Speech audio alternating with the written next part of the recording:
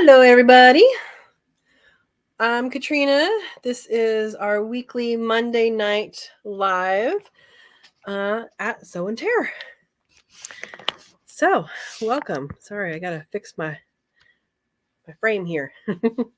Hope everybody's doing good.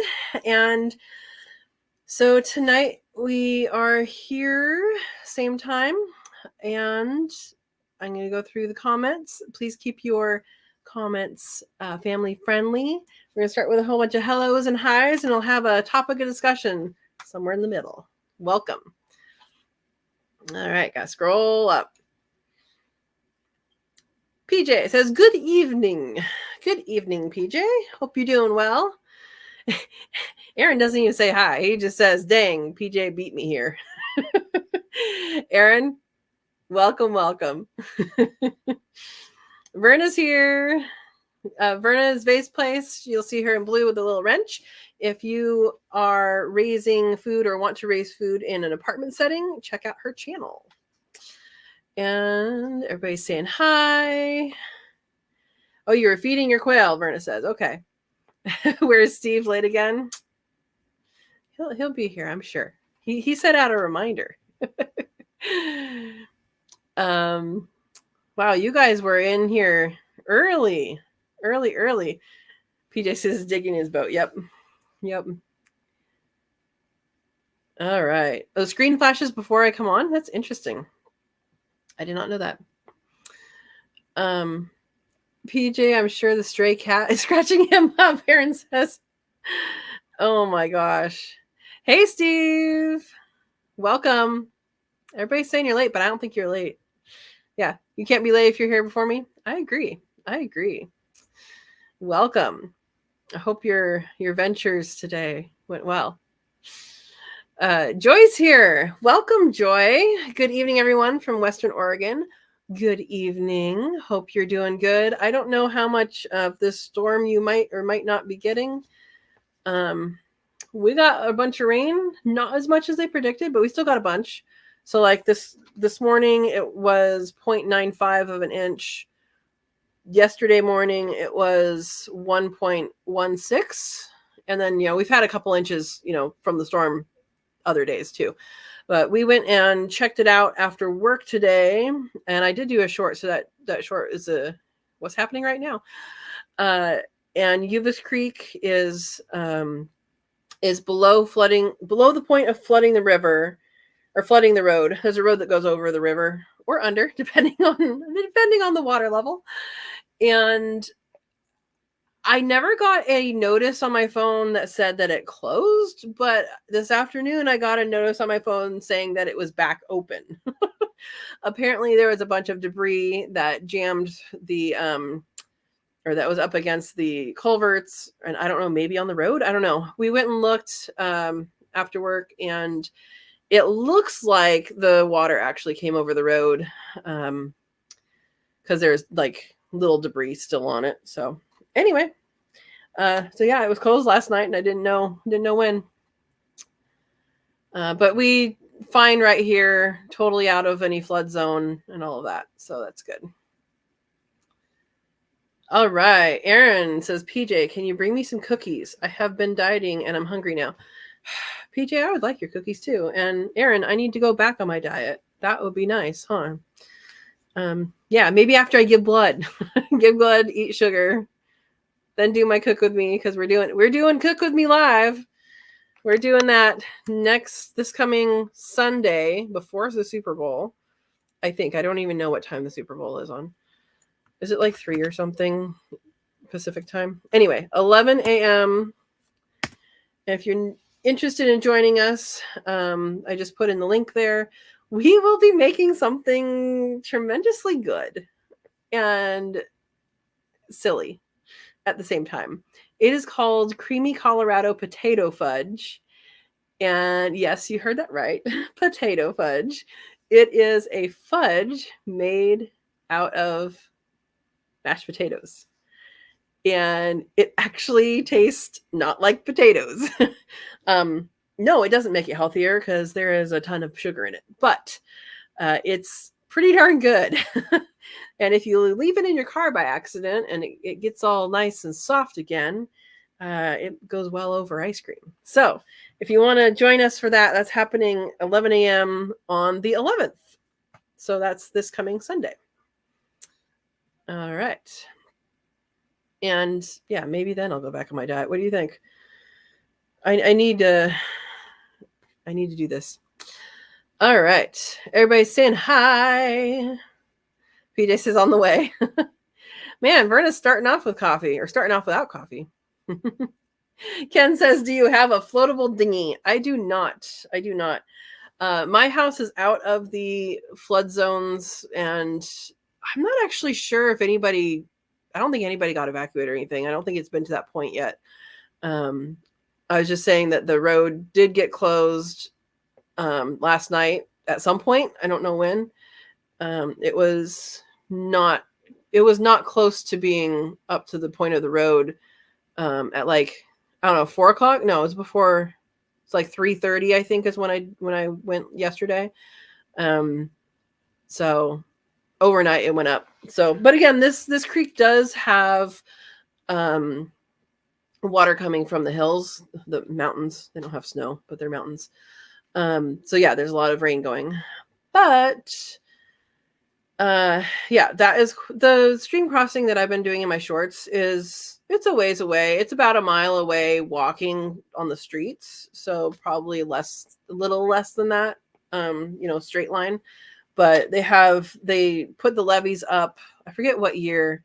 There was one year that it flooded the high school and several homes. Year like in the, I want to say 80s, maybe 90s, but I wasn't here.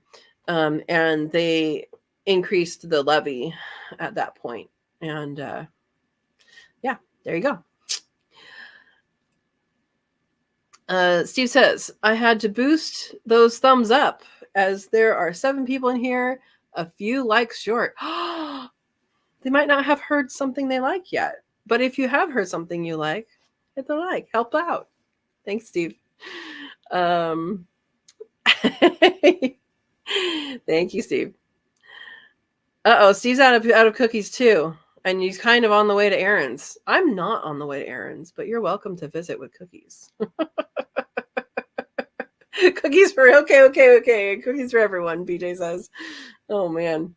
Joy has eggs in lockdown. Awesome. I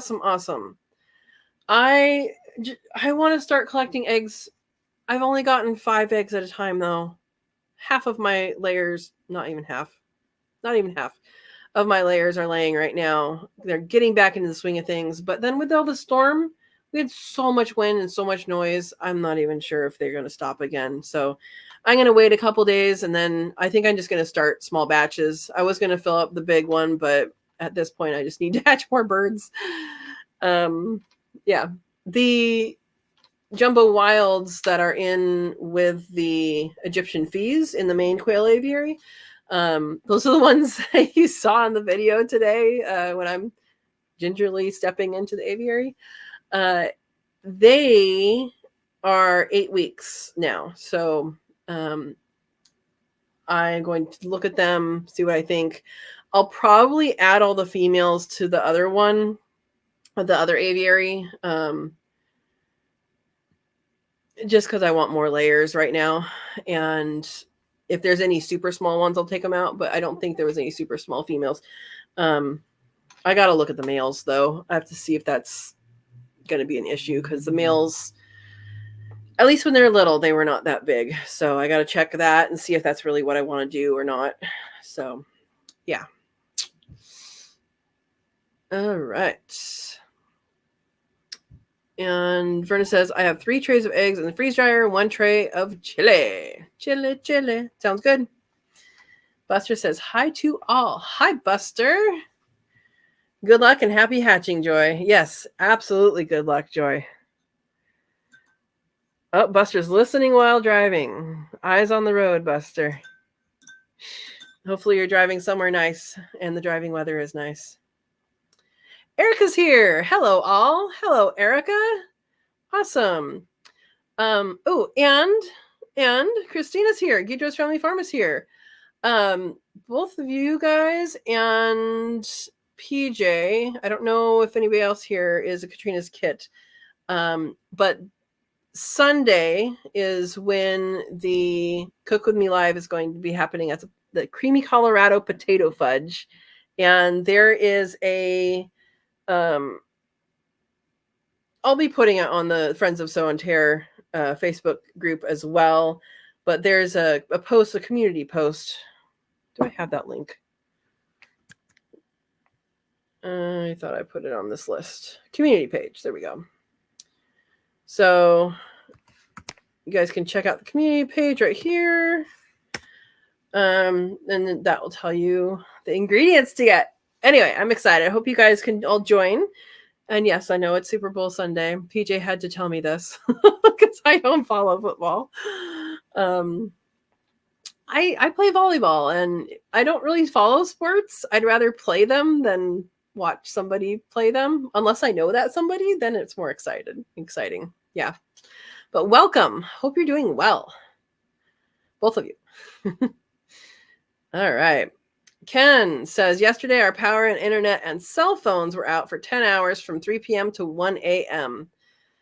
Yeah, we kept our power. I heard part of San Jose was out. I just heard from a friend that's up kind of in the hills past where you are, Ken. They went out, so there's a lot of stuff. There's a lot of stuff. We had hurricane force winds with this storm in California. We also locally had a let me see if I can find it. I took a picture on here on my phone. I'm wondering if I don't remember if I just sent it to someone or not, but we had a 1 on the tornado potential. Did I send that to my dad? I think that's who I sent it to. Maybe not. Oh yeah, there it is. Okay, so this is what was on the phone. I don't remember what day this was. But you guys see that? Wind threat 1, tornado threat 1. River flood warning. So that was on Saturday. Yeah. So that was fun. It was very windy. And actually, I noticed today I went outside. So a lot of you guys already know I did the solar panels for the solar powered fans for the animals. And I have videos on that. And what I did is I connected them onto a board, which goes on the roof of the garage. And all of those were hanging down. So I'm like, where's the board? So it must have been super, super windy up there for it to blow these things off of the board. So I have to deal with that. Not concerned about it right now. I mean, it's not hot, but once the rain has settled down, I'll get up on the roof and figure all that out, see if it all works, see if it just got destroyed or what. But yeah, there you go. So yeah, I hope the power's back on. Oh, I don't have those there anymore. Some good tips for those who have incubators for when the power goes out is to get the hand warmers. They're little hand warmers. You crack them open, or you don't crack them open. You just crack them, and then you move them around, and they get really hot. And those heat an incubator really, really, really well. In fact, I was afraid that it was going to be heated too much when I used it one time. So that's something to use with incubators if your power goes completely out and you don't have a backup. And then what you can do with the young quail, I did this. They had just come out of the incubator. I don't remember. They're probably only a couple days old. And I put them into a lined, so I put the same liner that you put on the shelf liner that you put in the incubator, I put on the floor of a cooler, and then I boiled some water and put it in a milk jug, wrapped it with a flour sack towel, put that in there, and I gave them I gave them some water. I didn't give them food. I figure it was just overnight. Hopefully, I was hoping it was just overnight. And then closed the lid and left a little bit open so they, didn't suffocate. And that worked really, really well. It maintained the temperature. They were, they weren't trampling each other. So those are 2 tips that I can give for electricity free and battery backup free ideas that will save your hatches and your broods. So that is my contribution. I don't have a floatable raft. I don't, Ken. I'm also not in danger of floating away. Jennifer! Good evening, Katrina, Verna, everyone else. Good evening, Jennifer. Jennifer, are you the one that we were talking about baby bunnies? I think you might have been. So baby bunnies right now, today, they're 3 weeks old. One of them has been out of the nest box for the past, I don't know, 5 days or something. It's been getting out, going back in. I have a little step on there to have it go back in.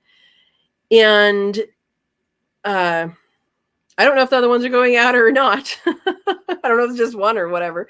Usually I rebreed at 3 weeks old. When the babies are 3 weeks old, I rebreed mom. I think I said 2 weeks a couple weeks ago, and I meant to say 3 weeks. There are people that do 2 weeks, but I do 3 weeks. And so we're actually going to do it tomorrow, I think. We'll rebreed Ravioli. And that will give her enough time to raise the kits up to 5 weeks. That's when I wean. And then they go live in the grow out hutch, which is where Percy is right now. And then that will give her time to dry up and get ready to have the next batch. And someone is coming tomorrow to look at Parmesan as a potential home. We've been trying to get her out here for a while, and finally things are working out. So I hope that she likes him and gives him a good home. She's going to be a fabulous, Parmesan mama if she does take him. She already has a female bunny at home, and so she already knows rabbits and all that. So hopefully she'll be able to give him a good home. And if that's the case, then Percy will go over there. If not, I'll have to decide who goes in temporary housing until we find a home. But if she doesn't want him, I'm going to be looking. I wasn't really looking for a home for him because I wanted to exhaust my network first, and then look outside of that. But because I want him to have a good home.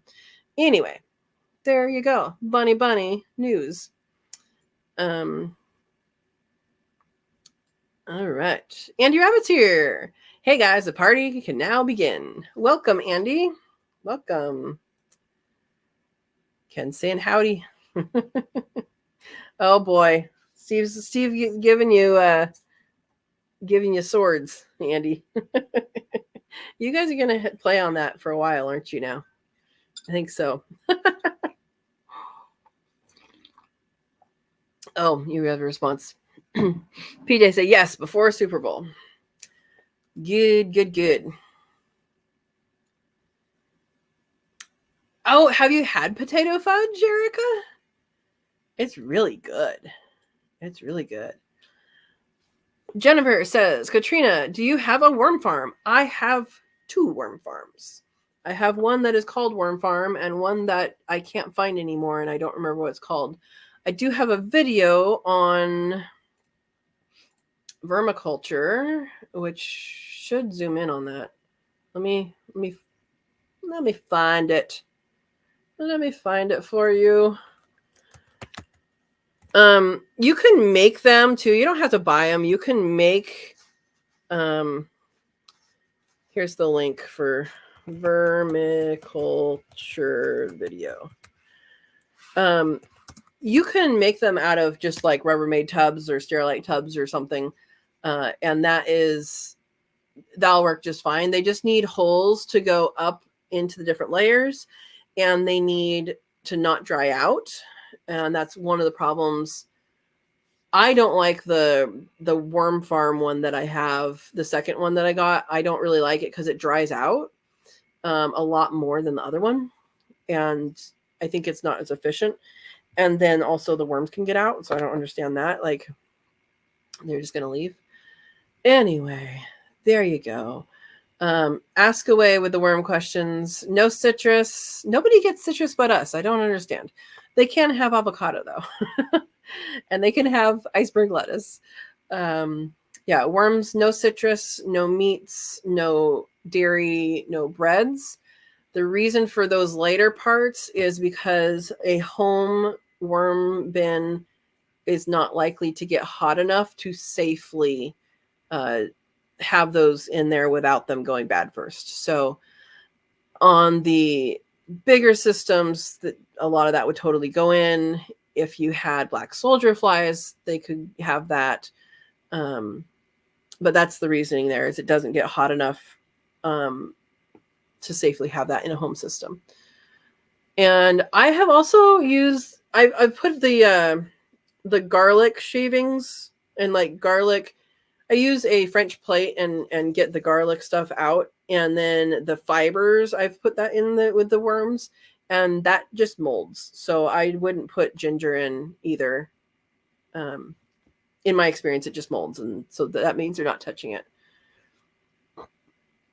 And there's a crash course. All right, PJ says, Erica, you should join us. You should join us. You should join us. I know everybody who is a Katrina's Kit, that's a membership, and you guys can watch all of the videos later if you want. You don't have to be there live. It's fun to be there live. And you can also watch past ones. So if you sign up now, then you can look at all the past videos. So that is open to that.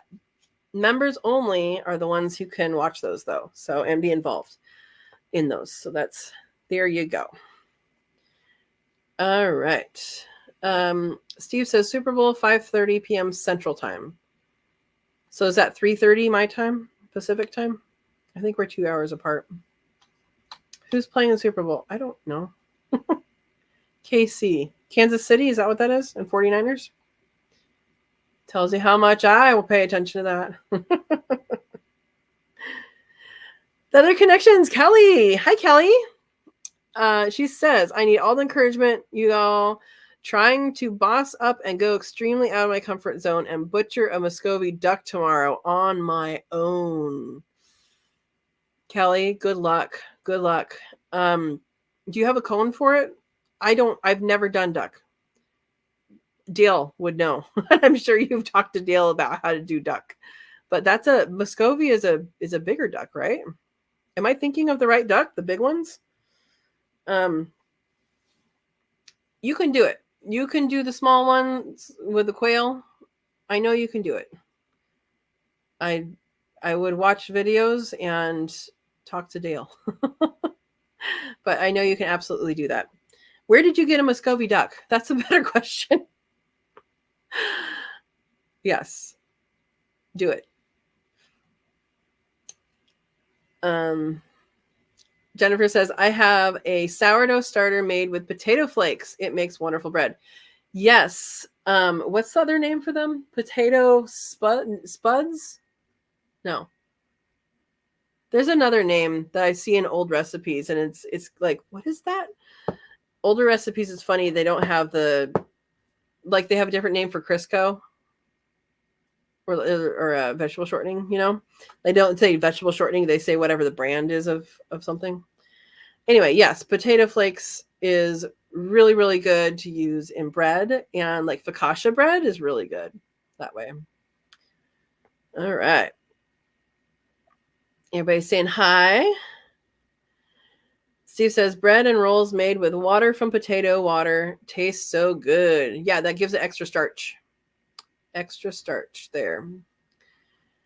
PJ says, Kelly, ducks are hard to pluck. I wax mine. There you go. I think a lot of people wax them. I would wonder how they do if you're going to cook it right away. Like if you did I know someone that's done this with a turkey where they pack clay around it. Well, they gut it and then pack clay around it and then literally like put it underneath a fire. And that bakes the clay, and it bakes it all there, and it's all nice and juicy. And then they take it off, the feathers come off with the clay. I have no idea if that would work with a duck or not, but it sounds delicious. Oh, Kelly, wax them? What do you mean? I can imagine you going to the store and getting like wax strips for legs and like trying to do it that way, right? No, you put wax all over them and then take it out. Yeah. It's a process. I've seen that kind of thing, but I haven't done it. Can you skin a duck? I think you can, but I think the feathers go deeper, don't they? Again, I've not done it. So PJ says dip in paraffin wax. Don't Google it, Kelly. You'll be surprised what comes up, Steve says. Oh boy. Oh boy. Volster Farms, hi to all. Hi, Mandy. I hope you're doing well. I hope also that you're able to join us this coming Sunday at 11 a.m. for our creamy Colorado potato fudge making, because that is happening this Sunday. And I know you had fun last time you were on. It's a whole lot of fun. All right, everybody's saying hi.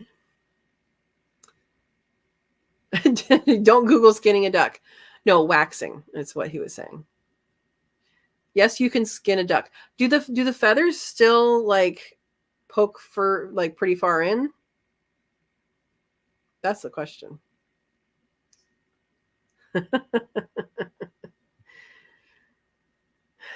All right. We'll see what PJ says. Oh, you misspelled duck. Steve, no.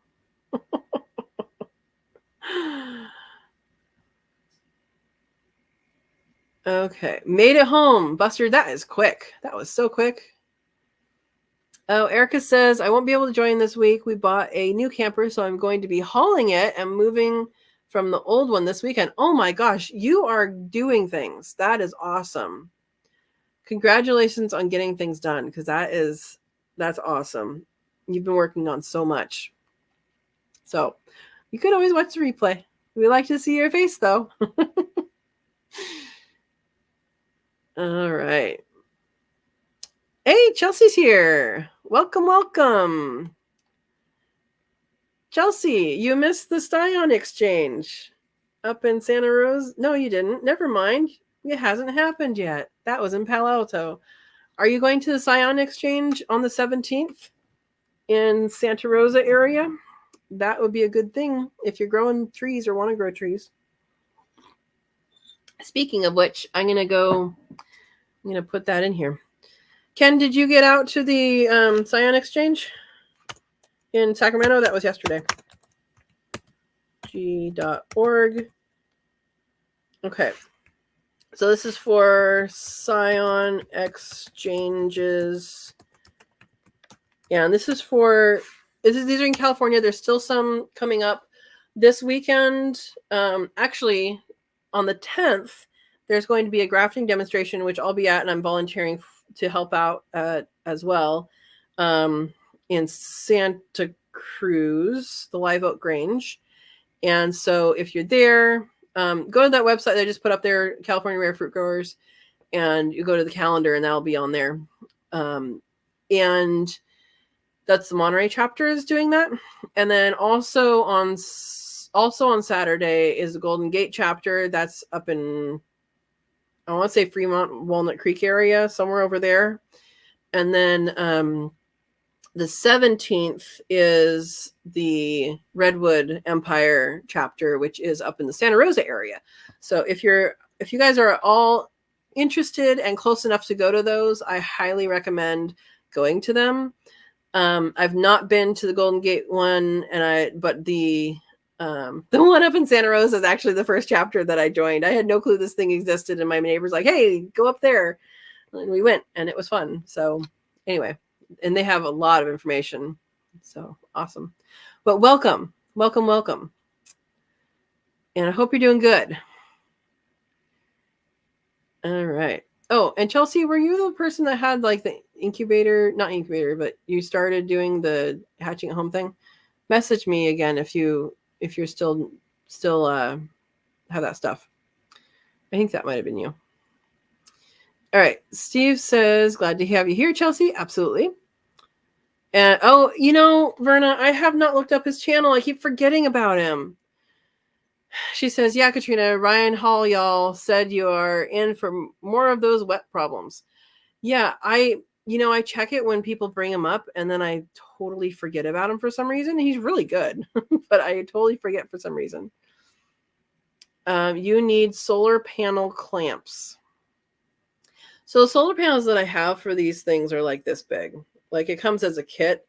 It's the little solar panel plugs into a bigger thing. What I probably should have done is clamped board onto the roof. That would have been a better choice. Attach that somehow. I thought the board was heavy enough, but I'll have to go up there and see what happened, because it definitely disconnected the solar panels. Last year it flipped it over, but this year it looks like it disconnected the whole thing. All right, PJ has advice for duck for Kelly. Dip to coat feathers in wax, then just rip them out. It's so easy. How long does it take for it to dry once you dip it? Or do you dip it and rip it? Dip it and rip it. That should be a workshop name. Or do you rip it while it's wet, which I don't think you would. How long does it take to dry? Thank you, PJ. Folster Farm says, power outages are no fun. I grew up in Florida and dealt with it a lot. Yep. Folster Farm says, that's a great tip for the brooder. Yeah. Well, if you have enough coolers for the number of birds you have, right? Thank you, Verna, for putting the hand warmer link there. All right, black soldier fly will eat citrus. Yes, black soldier fly will eat anything is what I think. I have looked into this, and they can eat basically anything. Yeah. Andy says, I'll go watch the worm video. Be right back. Aw, you can stay here. Folster Farm says, we are going to RV the black soldier RV. You're going to RV the black soldier fly larva this year? Oh, try it. I could have just looked down. I'm like, well, Erica's moving with the trailers and all this stuff. What? You're making an RV for your black soldier fly? How many do you want? Okay, you're going to try them this year. I've wanted to try them for a while, and I just haven't done it. Yeah. And my thoughts were too, if you were doing like quail skulls, is you could just throw it in there and they would eat. You'd have to figure out the timing when they eat eat all of the flesh, and then you can just pull out the bones. And if you wanted to whiten them, you could whiten them. If you didn't, you don't have to, kind of do the cleanup after that. But that would be a whole lot easier than boiling them, I think. It's kind of going back to that thing. If an animal can do the job, why not let it? Yeah. I know, Steve. She messed with all our heads. And Verna too. Andy was confused too. My goodness. It's earthy. Oh my gosh. Steve says, I get black soldier fly naturally here, and we love feeding them and watching them devour everything. Awesome. Folster says, I'm feeling a Guardians of the Galaxy reference coming on here. You're out of luck if you don't go duck. Oh boy. Hey, Ed's here. Hi all. Hey, Ed. I hope you're doing well. How's the progress on the house going? I want to know that. Use Nair. Oh, that's not what ducks need. Ed. Oh my gosh. Yeah, I don't know what's in there. I tried that once. It like burned. So I would not use it for anything. Folster Farm says, okay, this clay thing with the ducks, I want to try that. Like a pig in a pit?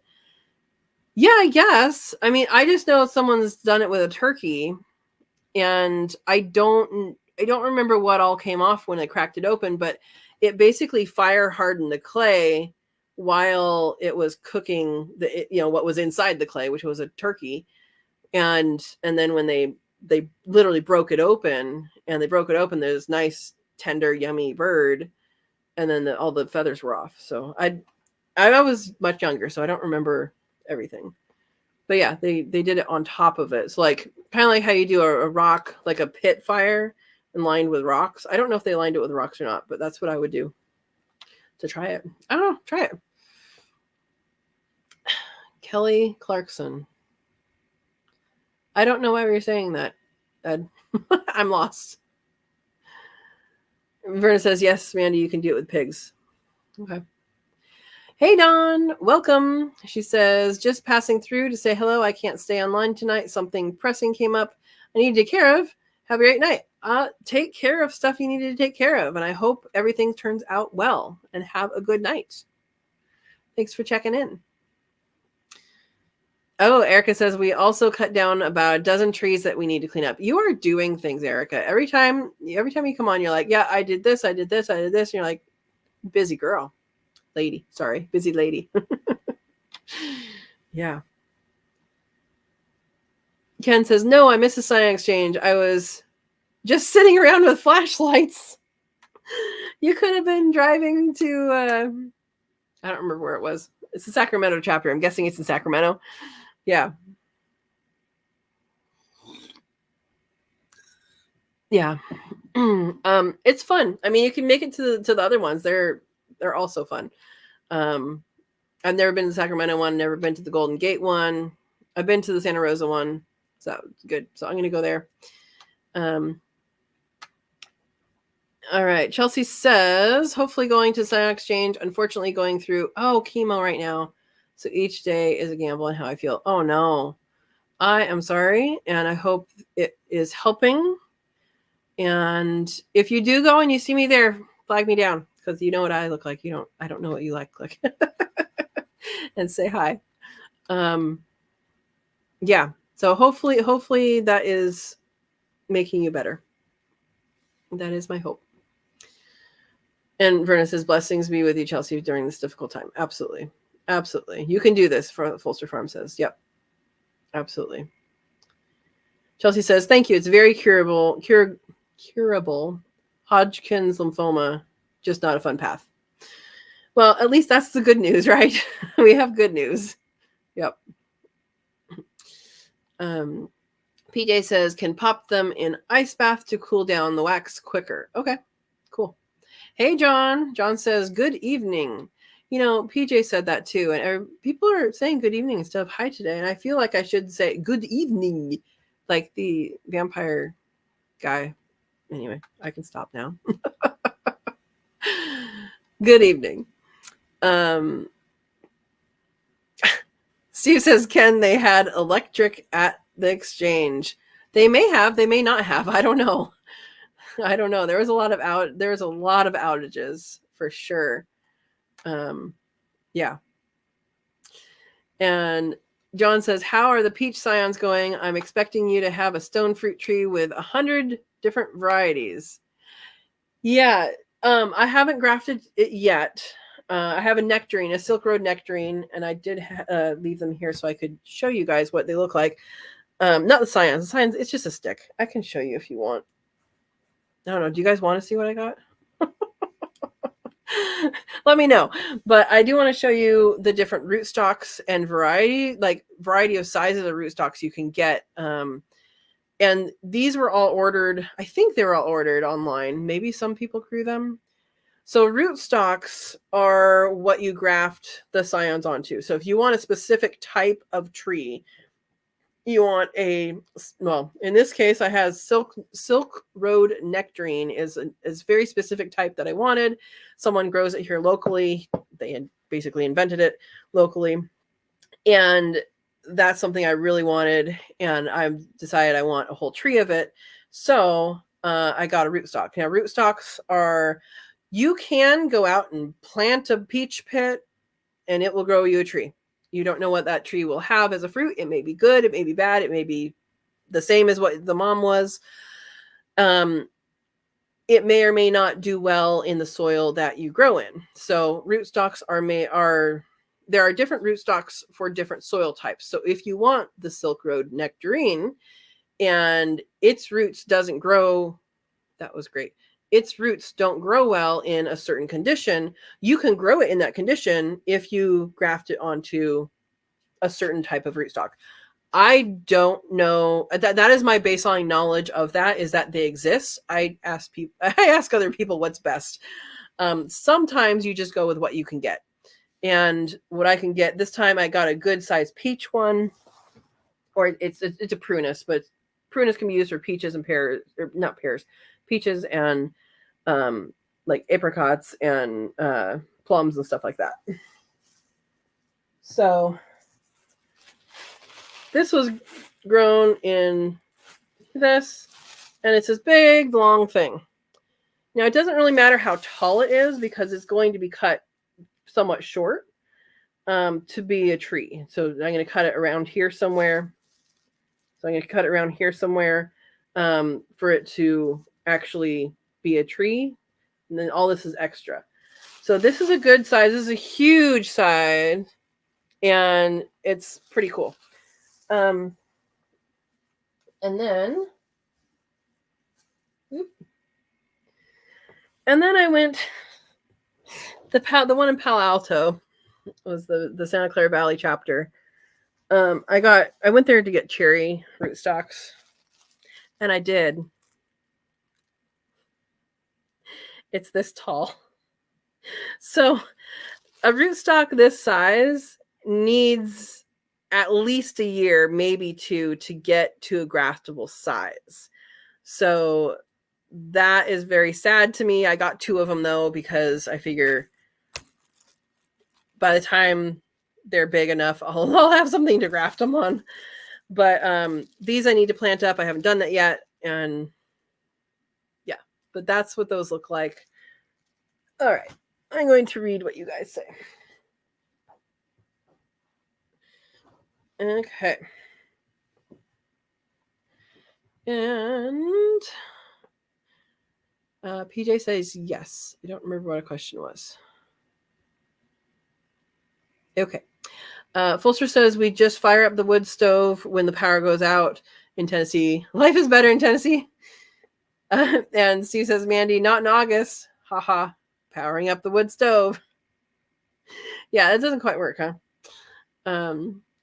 Fulster says, Katrina, I wish you were neighbors. You do a lot of cool stuff. Aw, thank you. You gotta move though. Fulster says the outside stove is the key. Okay. Mandy has all the plans. She has lots of plans. Yeah. And John says Fulster Farms, California is crazy. Tennessee is way better. You know, the humidity is nice here.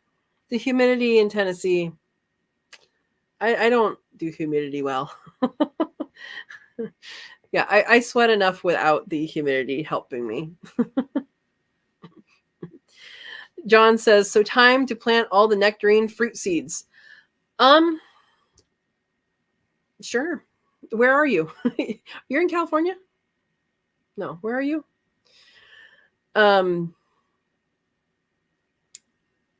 Yeah, so I think if you plant those kinds of seeds, I don't know. I have volunteers grow because I eat things outside and then I put the pit outside and then things grow. So I have apricots starting to grow, I have peaches starting to grow, I have nectarines starting to grow.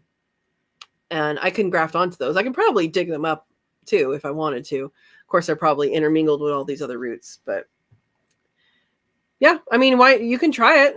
You can try it. I mean, peaches and nectarines live in areas that snow as well. I don't know when the ideal time is to plant the actual seeds. So you can plant them inside and then transfer them outside too. That's an option. Oh, Verna says, yes, with an outside stove oven, you can bake in the summer. That makes sense. Oh, that's right. Mango growing in Florida. Erica says, I do all my cooking outside in summer. That's nice. Oh, PJ says, thanks for showing up the scions. Those aren't the scions. Those are the rootstocks. Okay, I'll go get scions.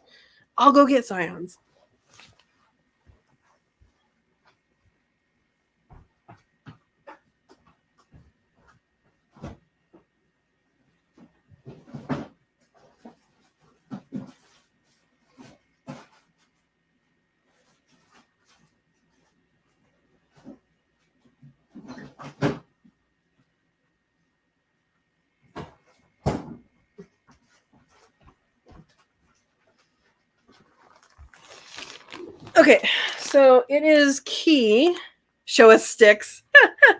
Steve says it is key when you go to these exchanges to have a Ziploc bag. If you can get the like 2-gallon size, that is really the best. And I recommend putting your name on it because inevitably you're going to set it down and everything else is in Ziploc bags. And somebody's going to open it and go, oh, I want some of this. And you're like, I just looked at all this stuff and marked it down. So do that. Take a spray bottle, put 2 or 3 spritzes of spray in there of just water just to keep them moist, and it should be go good. All right. Does it give you any peaches, John? The mango? Probably not. Oh, we have a very special peach tree that grows but not well. What makes it special? The roostocks, yes. Show Steve your sticks. There we go. Hey, Orlando's here. Welcome, Orlando. We are talking about scions, which is scion exchanges. I've been to 2 of them now, and I'm going to the one on the 17th up in Santa Rosa. So showing people what I got. So I went there to get 2 things.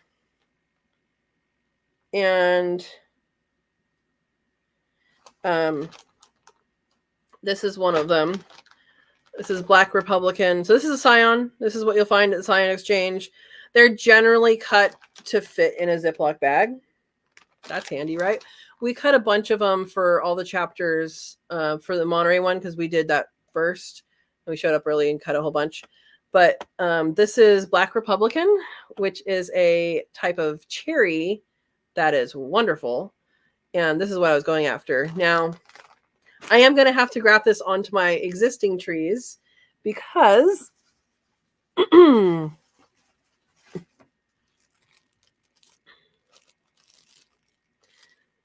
there's a size difference here.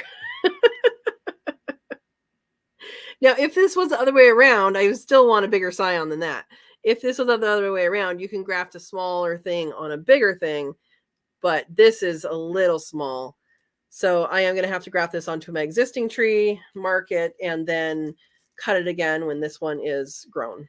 So that's what I'm going to do with that.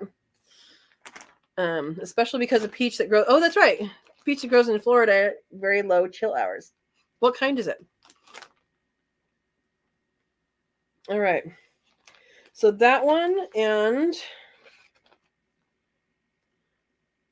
oh, that's something else. I need places to put these. Oh yeah, someone brought a dragon fruit. I have some dragon fruits. I need to actually plant this. So they do root. If you just cut them off, they root. I wrote on the dragon fruit itself, it's natural mystique. And I think I said it was a red one or a purple one. I don't remember. But people bring stuff like this. So I'm starting that. Okay, the other one that I went there for is Silk Road Nectarine. And again, on this stick, there's 1, 2, 3, 4, 5 buds. If you did bud grafting, you could get 5 separate trees out of this. I have not done bud grafting. That's not what I plan to do. So I'm not going to get the 5 trees out of this. I could get 2 trees out of this if I wanted. Or I could graft onto this rootstock and then graft onto an existing tree if I wanted more. But if you look at this, that's much more comparable size. It's like pretty much the same size. Actually, it's almost exactly the same size. I think the scion's slightly bigger, but that's a much better size. And that's going on this right here. So I'll do a video on that at some point.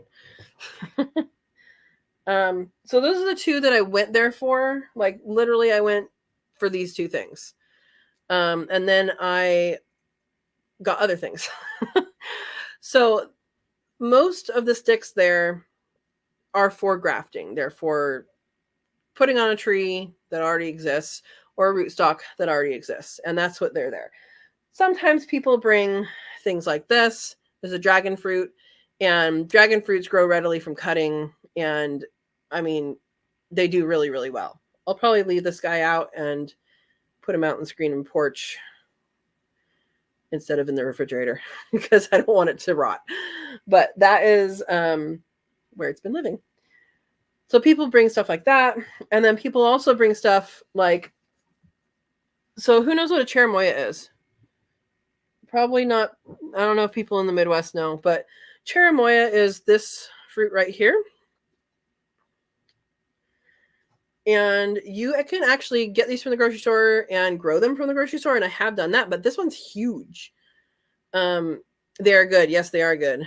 And this is actually already starting to grow.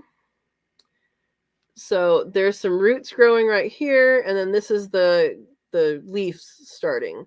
So we have both of it coming out of the smile. Wait, smile. And so those you literally just set on, like you can bury it halfway if you want, or you could literally just set it on a thing of soil and it'll grow. The roots will grow down and these will grow up. So I got 2 of those. This one's growing up and there's some roots. I just haven't done anything with them and they've just been sitting here and growing, which is good. It's fine. And if you find that in the grocery store where it's split open a little bit and something's coming out, those are the ones to get because you know they're going to grow. And they can give a lot of fruit. Okay, we have questions and I'll continue.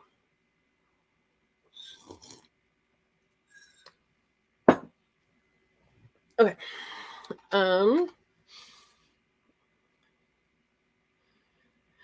Ed wants to know how I practice with the grafting tool you gave me. I have not. It does really, really well for ones that are the same size. I might actually try that on this Silk Road because they're the same size.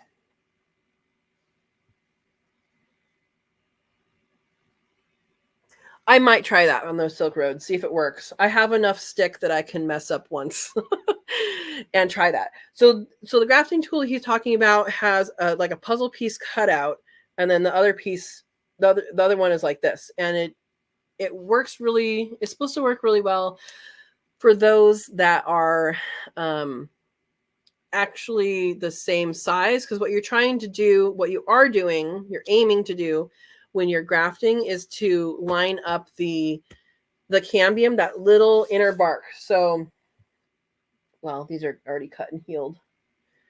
So when you cut a branch and you see that green layer in between the bark and the wood, that is the cambium.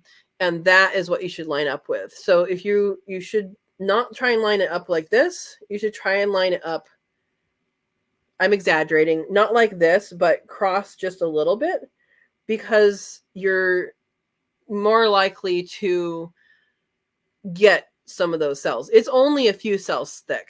So that's the goal. So not exactly straight. So like not exactly straight, but if you kind of do just a little bit of turn, then that's more likely to get it. So yeah, I haven't yet, but this one actually might be a good one to do that on. Now I have to remember where I put it. Yeah. All right. Fulster says, I've only seen scions with grapes and citrus. Peach would be awesome. Learning a bunch nut. Good. Yeah, you can do a bunch. You can do any apple, so citrus, so the green things, citrus, avocado, that kind of thing. Even Fohoya, which is the pineapple guava, those can all be grafted. It's a little different because I've never done green grafts. Those are the ones with leaves on it then. I've only done things that are dormant.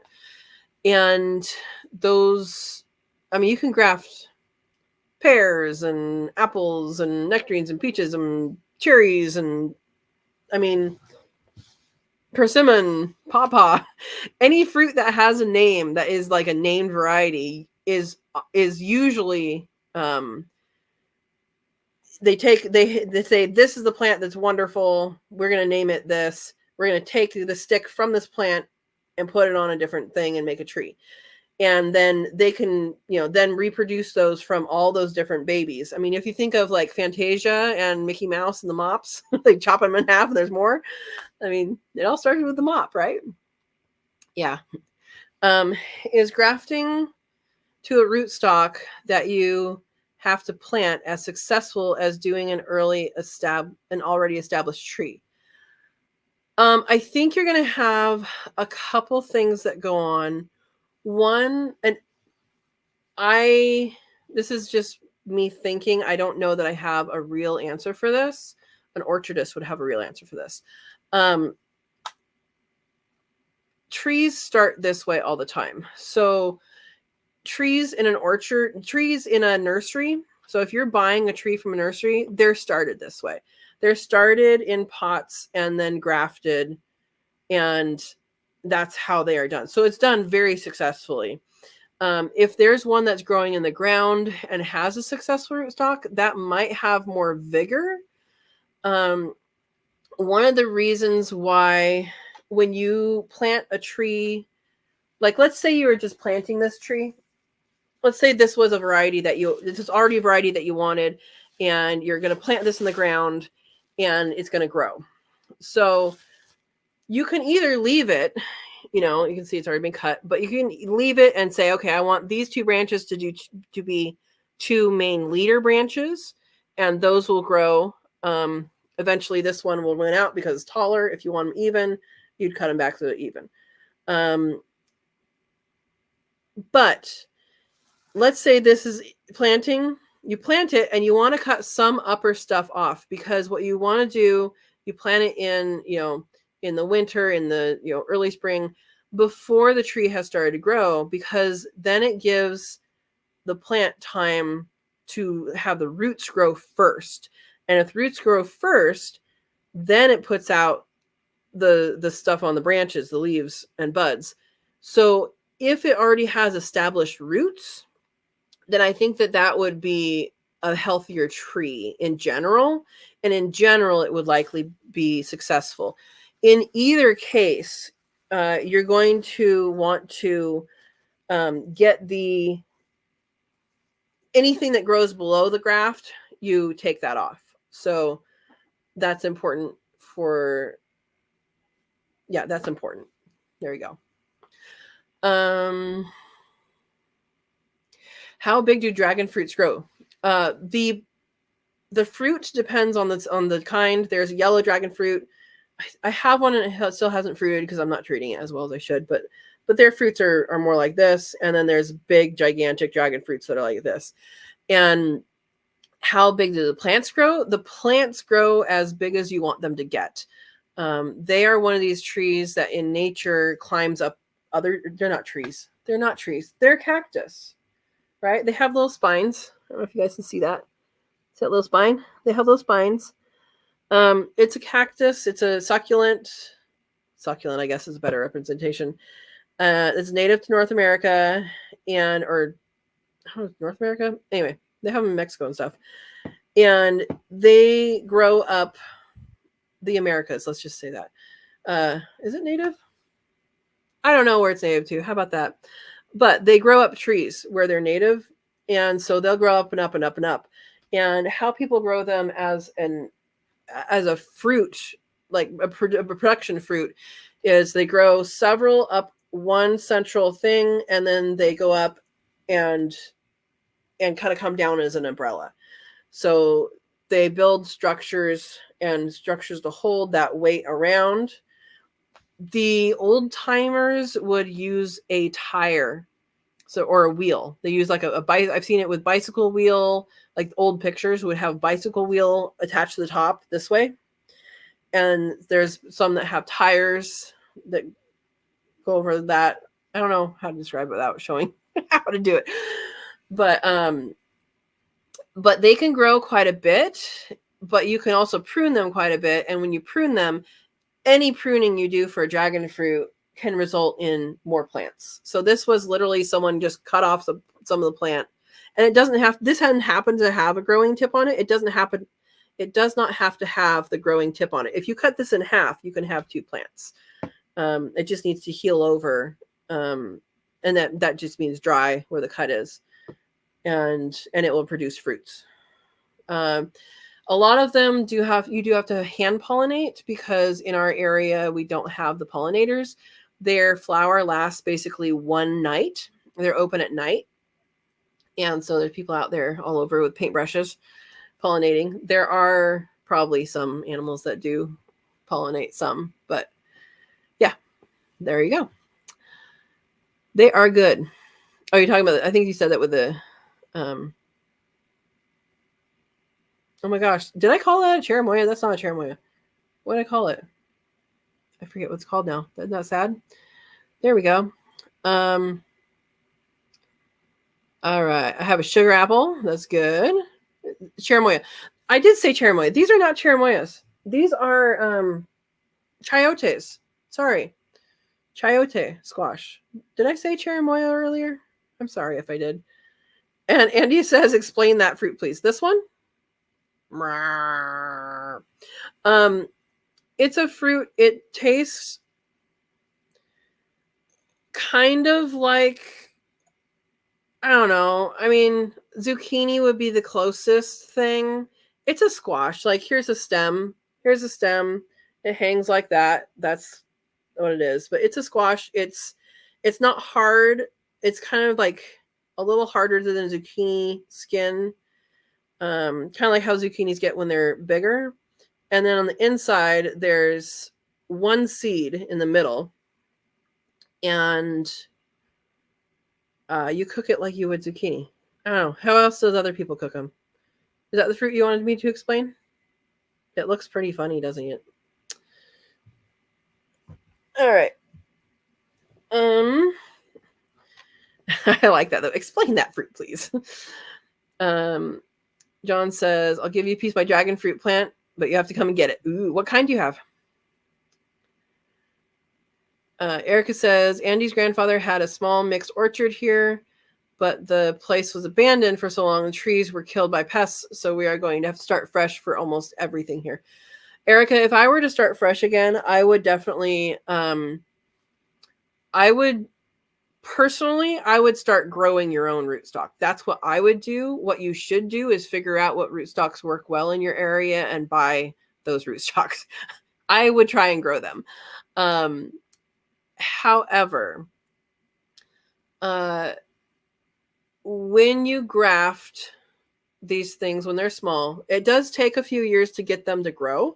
But if they're in a good growing area, they will grow really, really well. And if you have a if there are local people to you that you're like, okay, what grows well here? You might want to start with just, hey, can I have some sticks? Because they're likely going to be fine with, you taking a few sticks and trying some different variety of their varieties and stuff. And then you can get other things from other places and all that. It's by far the cheapest way to start an orchard or start trees. I mean, this scion was $7 because I bought one. If I bought 6 or more, it would have been $5. But this was $7, and I got to pick what it was. Because when you go to scion exchange, sticks are included in your entrance. And in this case, I was a volunteer, and so I didn't pay an entrance fee. Entrance fee for the Monterey one was $5. I don't know what other chapters are charging. So by far the cheapest way to get a tree. Now, this one was $5 too. So it has some time to grow. But I wanted to show you guys that. All right. Yeah, Andy Rabbit says, oh, that's kind of sad, Erica. Yeah, it is, but you also have a way to grow what you want to grow, maybe you would have lived with these varieties, all that. Okay, John says green grafts with leaves need a bag grafting. I'll have to look that up. And Verna says, John, there's no way I could come to Florida. All right, PJ's out of here. Have a good night. See you Sunday. PJ. And Fulster likes the map, the Fantasia map reference. I get that. Good. All right.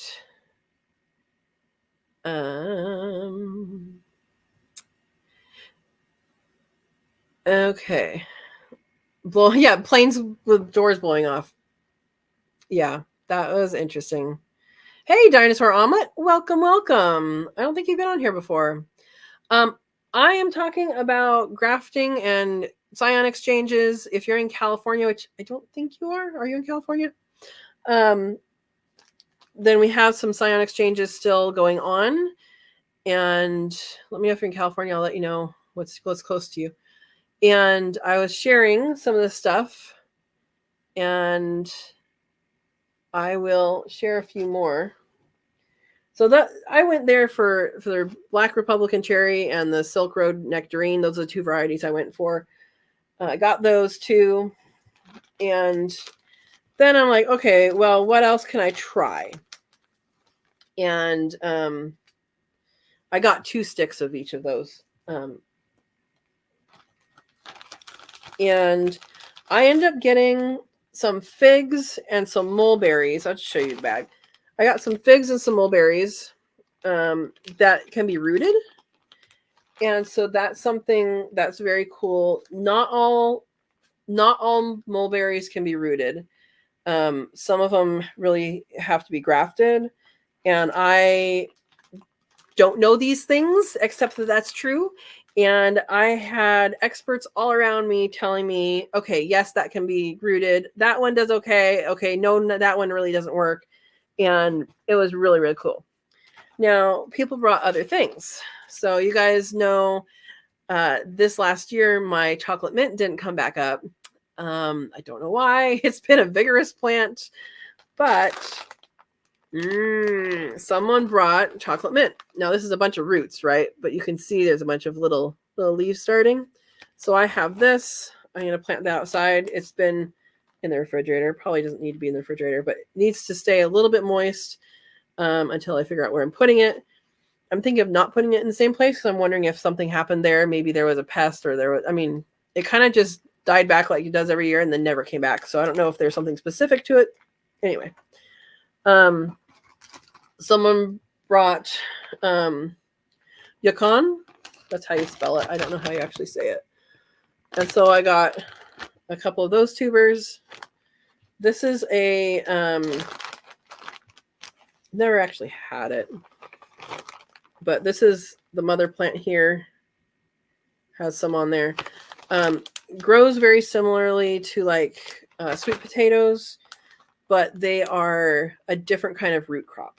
So I have that to plant. I'm going to do that after I know my last frost happens. And then I did get some more sticks at the other one, the Palo Alto one, mostly figs. And then I am going to try, there's orange kiwi in here that I'm going to try rooting because someone said that that they might be able to root. Once you get your scions home, you want to make sure there's still moisture in the bag and you can read all your labels. And this really should be covered up so the moisture stays there. And this goes in a drawer without things like apples, hopefully, because that might make them start growing until you're ready to graft. And you can graft right away. You can graft basically before the buds break, which my Anna apple and my desert gold already have things happening. So I'm not going to graft onto those guys. But that is how you store them. They can store for several months. So yeah. And then I did end up getting some grapes at the very end because there was some left. And I was like, I want to try rooting grapes. So I did get a few varieties there. Actually, from the guy who brought the bunch of them, helped me pick them out. So there we go. There we go. And that was my adventure. And you've missed it. There's some dragon fruit plant and a chayote squash that you can grow from a grocery store if your grocery store sells them. There's a little bit of a glare here. There we go. All right, back to comments. There's my show and tell. First, a sip of tea. Okay, and any homesteading type comments are welcome. I'm just back from a Scions exchanges, so I'm good to go with that. Dragon fruit have beautiful big white flower. Big. They have big white flowers. They smell very, very good. Yes. Yes, they do. Bolster Farm says, good night, guys. Early morning. Katrina, another great live. We'll catch the replay. All right. We'll see you later, Andy. Have a good night. All right. Yes, that was a fruit you wanted me to explain. Chayote. I'm gonna type it into the internet, make sure I spell it right, then I can spell it for you. Chayote. Okay. Yep. Here you go, Andy. That's how you spell it.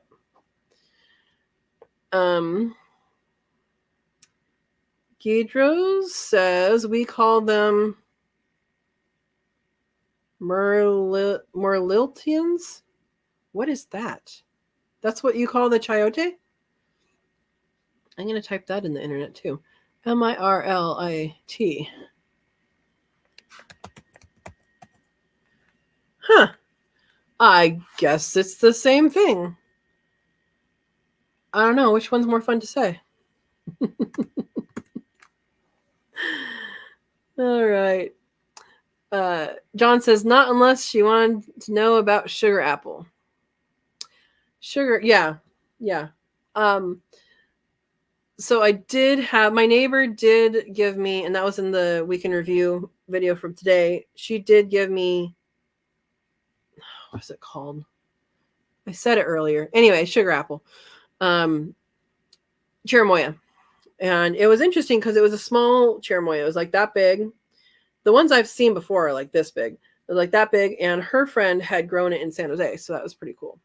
Yeah. Battleborn Urban Homes or Urban Farm is here. Good evening. Is this Mel or Rigi?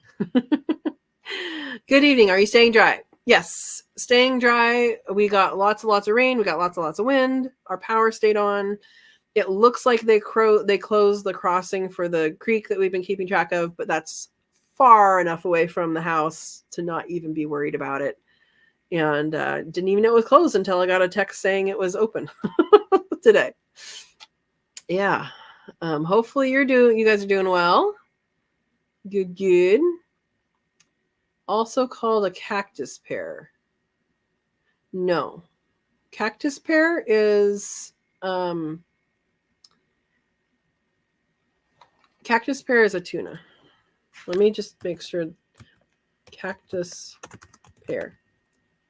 Yeah, cactus pear is a prickly pear. So neither one of these are prickly pears. And the prickly pear fruit is called a tuna, which is spelled like the fish. No, this actually climbs on a vine. There are prickly varieties of them. This is not one of them. Yeah. And then this one is not. Yeah, it's not a prickly pear. It's a different variety. Pitaya, maybe, is another name, but pitaya is a name for any cactus-like fruit, though. I think. Because it's used for many different ones that look different. Yeah. Thank you, Witch Doctor. Double agent tonight, huh? All right. Welcome. John says, I was told it was red with red flesh, but I have never had a fruit because only one flower at a time. That's my problem. John. And usually it's when I'm gone. I come back and there's like a dead flower. Because again, they only actually flower for one day or one night. They open at night. Good luck. I think you probably need like more of them around. And yeah. That's my thing. They do smell good though. Get out there with your paintbrush. Absolutely. No, that's what people do. John, did you not know that? People do that. They use a little tiny, like those little tiny paintbrushes, like little kid paintbrushes, or actually makeup paintbrushes is what I've heard works really well because that traps a lot of pollen at once. And you'll see it. You'll see there's a little thing and a big thing in the same flower, and that's the male and female parts, and you just need to get them together. And if you can get them together with other flowers, then you'll have potentially more success. But yeah, paintbrushes. Makeup brushes is what I've heard works really, really well. Erica says, we know what Pawpaw had here, so we have a good idea what grows here. That's good. That's good. When you said that, I thought you meant Pawpaw the tree, and I was very confused. Pawpaw. Well, that's good that you know what grows there already. That's really, really good. Recreating this vision. I love it, Steve says. Absolutely. Dinosaur Omelet says, hello again. Hello again. Yeah, I read it as Pawpaw too, Verna. Okay, Dinosaur Omelet is in southern PA, Pennsylvania. Yeah. I want to try Pawpaw, John says. They're good. I only tried like a taste of one at one of these events that I went to, and I have Pawpaw trees. They're only this big. They're seeds that I grew. Again, someone gave away seeds at the Silent Exchange too. I saw seeds for a jackfruit at this last one. So people bring all sorts of stuff, and it's really fun. I did not get the jackfruit one because I know I'm not going to grow that. But yeah, pawpaws it's native to the United States, which is pretty cool. Witch Doctor says, I remembered you were live because something popped up about all the rain you're getting. Was that my short that I did? Oh my gosh, Verna. I told you there's so many different kinds of figs, right? You're gonna make me go through them. All right. Here we go. You make me read my writing. Mary Lane. Desert King. It's another Mary Lane. Cole de Dame. These sound familiar?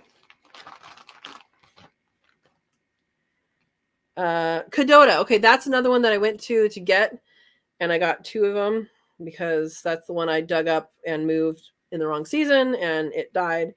But Cadota. And this looks like a grape. Yeah, so that's from one place. Now, there were 550. There's over 450 varieties at the first one I went to, and that was before people brought in all sorts of stuff. And then there was 550 varieties over the second one I went to, and I'm betting this next one has a lot more, is what I'm betting. So that's one. And then this one was from the first exchange. And that is Violet de Blossom. I'm going to have to look up some of these varieties because my penmanship was not strong. White Genoa. That one's the one that was suggested by many people.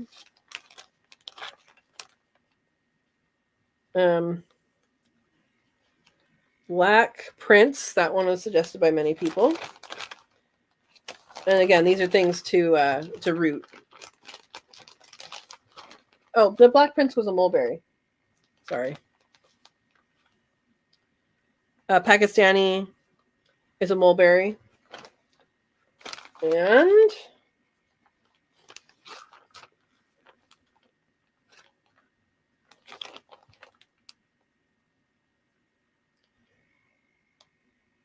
Tashkent is a fig. Yeah. So probably a bunch of varieties you've never heard of, right? That's what I like. I like the cool things that nobody's heard of that taste super good. And let me get this bag to close all the way. And it's really, really cool because not only are there tons of different varieties, but there's people there who are like, oh yeah, that's my tree. here's what happens, or here's what it's like, or here's, here's how it usually works. So yeah, there you go. There's your figs, Verna. There's more than Chicago hardy. And I'm sure there's some that are hardy, like Chicago hardy too. Yeah. Andy says, John learned to collect pollen from a flower to pollinate another flower. Yep. And it does freeze. The pollen does freeze, from what I've heard. Fruit-bearing mulberry. Yes, witch doctor. Fruit-bearing mulberry. When I moved in, there was a fruitless mulberry. There was three. There were 3 fruitless mulberries here on the property when I moved in, and I don't understand why. And now I understand that I should have kept one. You know what? I think I have one that popped up over here.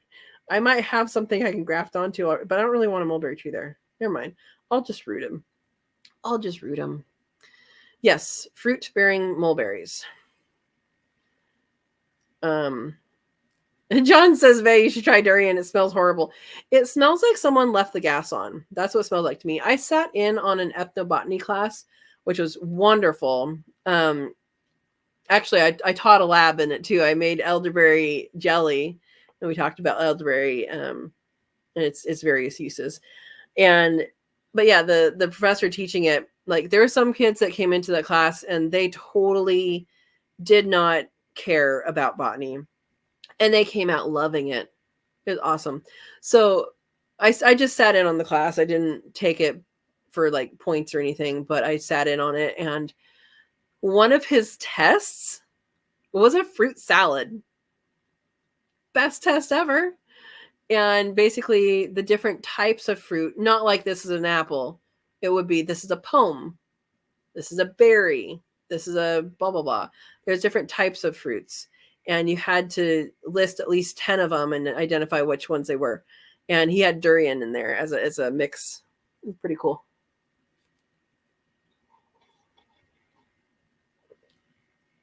Yeah, there was a tea lab. There was all sorts of stuff. Really good guy. All right. It's easier for me to go to the fruit stand to buy it. Yeah, where you are, it probably just grows everywhere, huh? Everywhere but your house. Is that kind of how it goes? Oh, Verna says, John, I am looking forward to when a jackfruit hits the stores here. So here, every once in a while, you'll see it in like fruit markets, ones that don't do much other than fruit. And there's different varieties. So there's varieties that are only like this big, but there's varieties that are like literally this big. It is the largest fruit on a tree, I think, in the world, as far as I know. I think that was a fact that somebody shared with me at one point. Let me know if there's one bigger. But they get huge, and they have spikes on them. And what they do at these places for those huge ones is they'll sell it by the pound. So they'll cut you off a piece. Like, you don't buy the whole fruit. You buy a piece of the fruit. And then they sell it by the pound, which is pretty cool. Yeah. Yep, exactly, John. Not all jackfruit is the same. Yep. And Dinosaur says, from the store avocado was a test of the patience, weeks, and then one day a sprout. Awesome. Hey, here's a secret. Best way to sprout an avocado? Put it in the worm bin. Yeah, they grow in the worm bin. You can't leave it in there too long, because once it starts getting, that growth, the worms do eat the growth, but they don't eat the seed. So once it starts going up and growing, that's when you take it out and, you can plant it in a little thing. But yeah, I like having the worms start those for me. I sometimes, most of the time, I forget about them, but it's good. They get all healthy and everything. All right. John says, I have a little avocado seedling. Awesome. And John, you can actually graft onto the avocado if you find an avocado that you like. Otherwise, it will take longer to fruit. It could be an amazing fruit though. So Do you want to wait and have a potentially amazing fruit, or a potentially sucky fruit, or potentially okay fruit? Or do you want a fruit that you know what you want? So up to you. Up to you. Dinosaur says, oh, cool. My tree got to 6 feet and then my pig got to it. Uh-oh. Uh-oh. Darn piggy, John says. Steve says, we can never get the avocado to grow higher than 36 inches. I think at that point, it's probably putting a lot of effort into its roots. I would think the first several years, it's a lot of root growth. I did grow a mango. I don't eat mangoes. Manuel eats mangoes. The mango seeds end up with the worms. And we had one, and I was growing it out. I transplanted it outside in a bin, and it was growing. And then, of course, it frosted, and then it died. But that's totally doable. Again, started in the worm bin. So I haven't had cherries start in the worm bin, though. I wonder what the secret is there. You probably have to scarify them. I don't know. Has anybody started cherries from cherry pits? I'll have to try that next year. Witch Doctor says, Steve, we have the same issue. Why won't avocados grow larger? I think it's probably just doing roots. Elf and NYC, New York City, make good, cheap makeup brushes. Perfect for pollinating. Elf is a makeup brand? I don't do makeup, so I'm oblivious to these things. Good to know, though. Andy says, I planted a lot of different fruit trees once, and the goat ate every single one of them. Yeah. Dinosaur Omelet says, I don't know why mine grew so tall. Lots of sun and water and garden dirt. Yeah, avocados are heavy feeders. They're heavy feeders, and they don't like wet feet. So when I dug my pond, that mound that all the fruit trees are on was for the avocado. Now, that's the third avocado that's been there, and it's growing. It flowers. It does not fruit. It is being overshaded by the peach tree, which likes to take over the world, even though we cut it back every few years severely. Yeah. There we go. Yeah, it likes fertilizer, though. Compost. The largest natural fruit in America. In America? I don't think it's American fruit, is it? It might be. Dinosaur Omelet says, jackfruit. I hear take that jackfruit is what the gum juicy fruit tastes like. Yep, that's what it was based from. Andy getting sleepy. Uh-oh. We're not exciting enough. It's okay. You can go to bed. Hopefully you're doing okay. Yeah, I know, Verna, that you love figs. That I know that. That's why I was like, hey, we need to tell her what I got. We'll see how well they root. I have a bunch of bag soil. I think I'm going to use the potting soil. I have a bunch of it. Might as well use it. And do that. But I need to move the bags of compost from the screen and porch first, because they are taking up my life out there. We have no life out there. We have a walking path out there. Which means I need to clean out the little room in the garage to put that in, or organize. I need to organize it.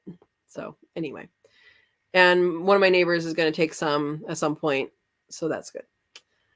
All right. Witch Doctor says we are ordering our fig trees soon. What is a good one to have?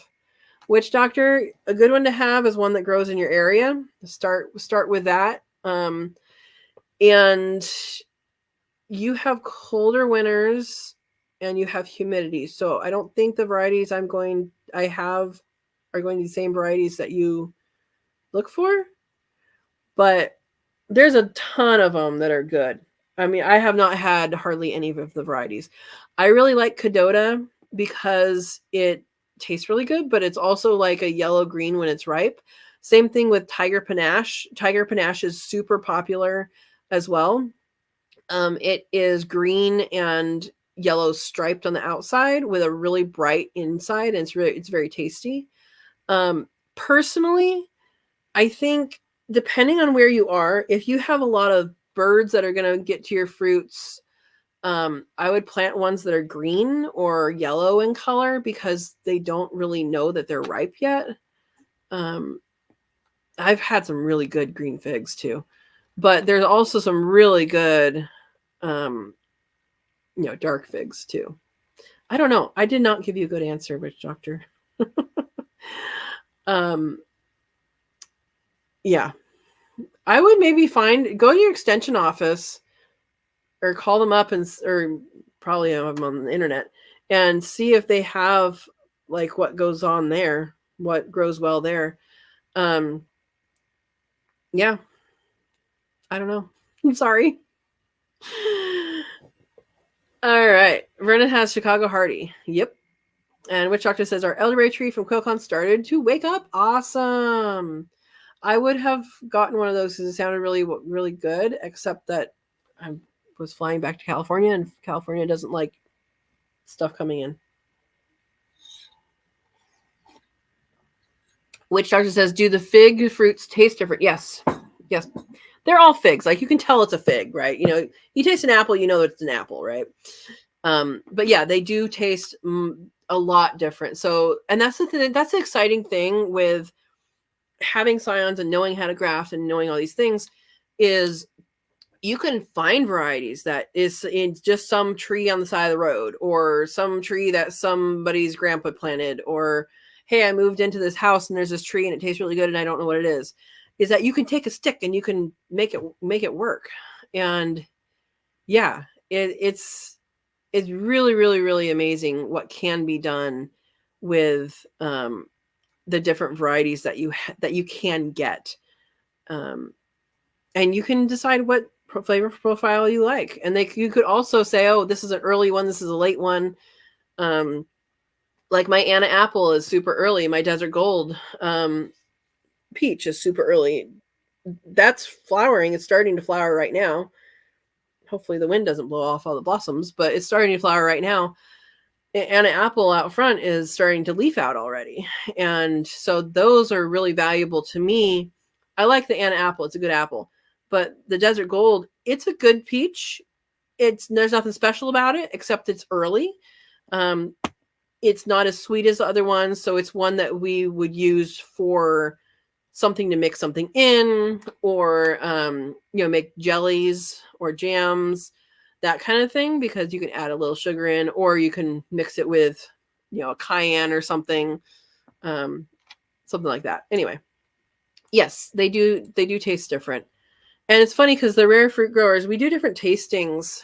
We haven't done the citrus tasting yet this year, but we did a open to the public tastings for apples.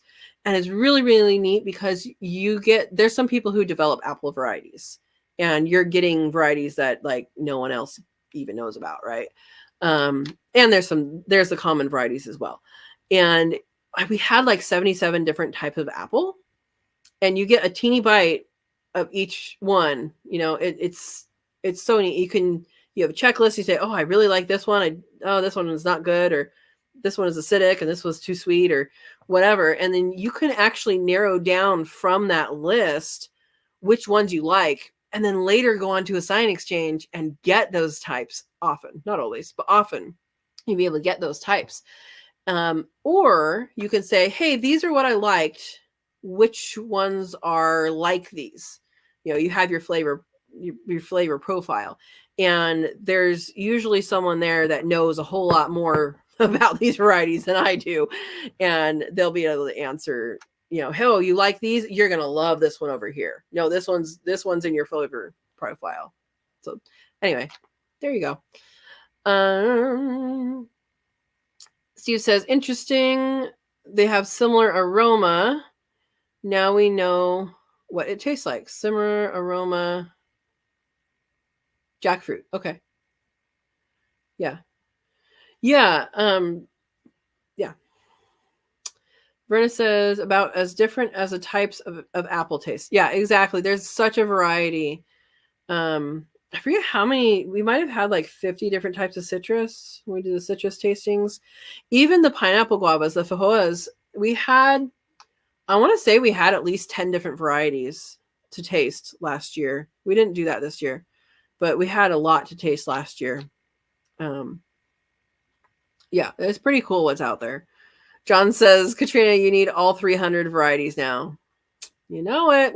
You know it. Steve says, I think Katrina is going to need a bigger yard. If you would like to fund this, I would love to have property. And yeah, I want property for sure. And I want to do all these things. All right. Steve is right. John says, which doctor says, yes, I agree. Buy your neighbor's yard. That's not big enough, John. They have the same size yards I do. Both neighbors on either side also are into growing things. So we have 3 houses along the street that are like, food. And then everybody else almost is like, oh, lawn. So we got a good thing going on here. Buster says, Katrina, your yard will be full. Time you plant all of them. Yep. I'm planting a bunch in containers. These starts I want to start in containers and keep them in containers for a while. See what I do. Witch Doctor says, we had a fruitless mulberry. I like the fruit bearing. So Witch Doctor, something I learned this trip up to Palo Alto at the Scion Exchange is that fruitless mulberry is actually a really good rootstock. Didn't know that. For fruited mulberries. So like I had some healthy ones here. I could have grafted over them, but I didn't know that before I took them out. That was before I went down this path. Yeah. Verna says, Katrina and John, smell doesn't really bother me. I love Limburger cheese. Oh boy. Wiki says jackfruit is the largest fruit on a tree. That's what I thought. Verna says, yep, they get up to 121 pounds. Probably bigger. Witch Doctor says, we have 2 worm bins. Yay. That is awesome. Yeah, Witch Doctor, when I said they're this big, they're this big. They're like, you can, and not all of them are. Some varieties only have them this big, and they grow really funny on the tree. It's pretty cool. John says, I'm going to try and graft an avocado variety called Day. Awesome. I'm in a weird area with avocado. There's one that was recommended to me and then come to find out it's not offered. It's only commercially offered. You have to buy like hundreds of them.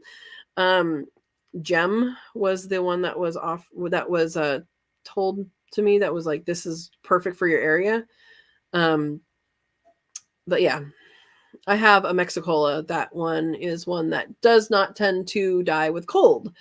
It has more cold tolerance than what I had before, which was Gwen, I think, is what I had before. Yeah. Anyway, it's doing well. It just needs to give me some fruit. All right. Haas doesn't like Florida. Yeah, there's different varieties.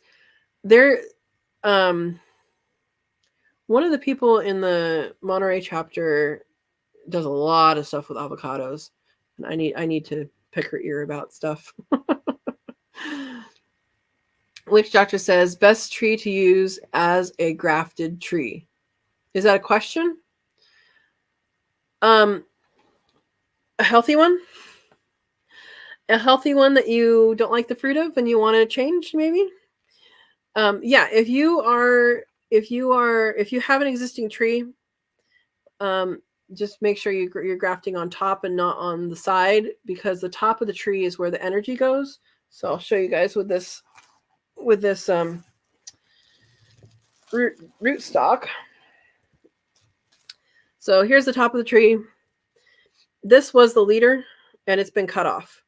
So this was the growing tip, and there is I'm going to call it a hormone. I don't actually know if it's called a hormone, but there's something in the growing tip that says, I'm growing. The rest of you are not growing. Don't grow because I'm growing. And then that goes tall. When we cut that off, we have these little tiny ones, right? That then start to grow. Now this one is much shorter than this one. So this one is going to this one's going to take over the lead. If you leave the tree like this is going to take the lead because it's tallest. If you want them to V right here, if you want them to be two separate, you want the trunk to go like this, then you would go back and you cut them at the same height. Once they're at the same height, then they're going to get the same energy to going to the top. So that's why if you drive through the San Joaquin Valley in California, you'll see a bunch of trees that looks like someone flew with a helicopter upside down. And that's because they are getting the most energy to the most branches that they can. So it's all going to the top because each main branch has that top energy sending thing. So you want to graft it to where the energy is going to go. Energy always goes to the top. So even if you were to graft on this one, you would want to graft, going to the top. So you might want to cut this back if you're grafting on this side for some reason. I would not graft on the bottom of a tree. I did that with a quince. My very first time I grafted, I was so excited. It was a pear. You can graft pears on quinces, and I have a quince growing in the yard. I got so excited. I got so many pear things, and they all took, and it was like, yay, awesome. But I was like, oh, I'm just going to make this into a pear tree, and I grafted way too low, which means the energy is not going there. Basically, what you're doing is you're taking a branch, it's sleeping, you're cutting off something, you're putting on something else, and by the time it wakes up, it's sending energy from here into this other branch, and it accepts it as part of a tree. So I don't know if that explains it or not. Let me know if you need more.